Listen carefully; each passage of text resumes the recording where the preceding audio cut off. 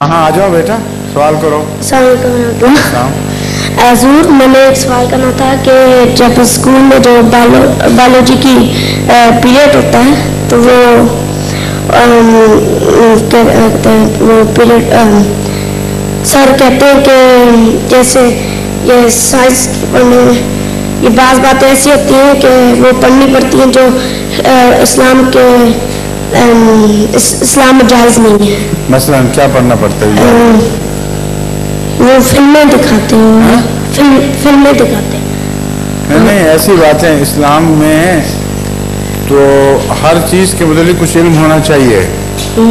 جو فلمیں دیکھتے ہو جو اس میں غلط باتیں ہیں ان کو نوٹ کرو اور گھر میں آ کے ڈسکس کرو اپنے والدین سے اور اس کے متعلق شروع سے ہی تربیت حاصل کرو کہ ہمارا کیا موقف ہے.